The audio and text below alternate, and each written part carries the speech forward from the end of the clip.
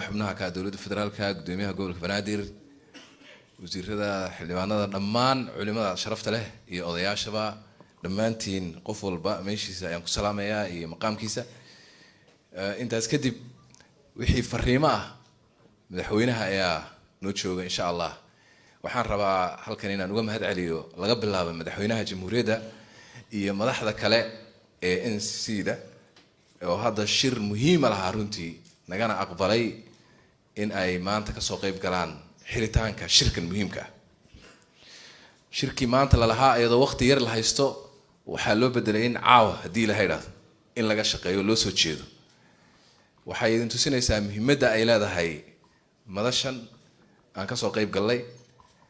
mar hadii waxa laga hadlayay uu yahay meelihii ugu darnaa ee ay shabaabka ama khawaarijta hadda leeyahay anigu markii horeba saasan ku tareynay khayr Allah siiyo culimada hadda magaci saxda ah loo bixiyay khawaarijta meelihii ugu darnaa ay naga galeen ee xanuunka badan naga hayay waxay ahayd arrimaha diinta oo ay tashwiish naga fureen runtii dhinaca arrimaha diinta marka culimada wasaaraduhu runtii hogaaminaya khayr Allah siiyo waa noo bayaaniyeen sidoo sheekhu sheegay yihiin marna dagaalamaya dagaalkoodu waa nooce aad bay ugu mahadsan yihiin marka maadaama meeshaas maanta ay mareysay halistana ay ahayd inay naga galeen arrimaha diinta oo ay halis geliyeen nafteenna oo ay halis geliyeen maalkeenna oo ay halis geliyeen cirdigeenna oo inta la yiri diintu way u soo degtay si loo ilaaliyo hadii la taabtana ciqaab adag bay ka keentay oo dhan ay ku xadgudbeen oo dhibaato inaga haysatay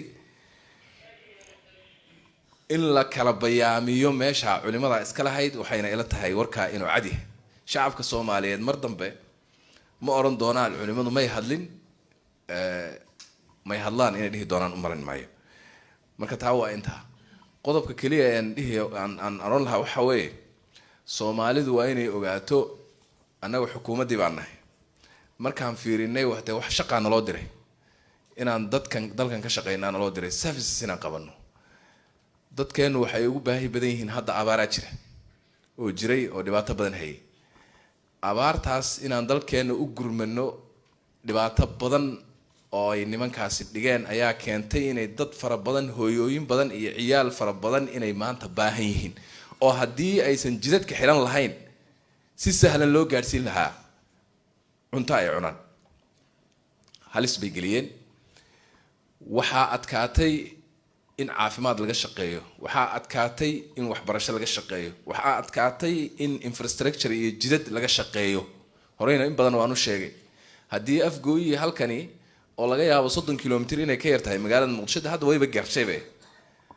jidka la dhisayay ay 5 engineer oo jidka dhisayay ku dhinteen 4 kalena ku indhabeeshay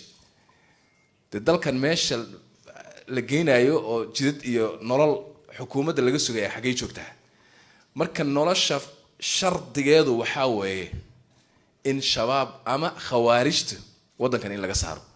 dawladdu way goosatay madaxweynaha ummadda waxa laga rabo iyo waxa inoo yaala insha Allah sharxi doona waan ku soo dhaweynayaa madaxweyne ku soo dhawow adigoo aad u mahadsan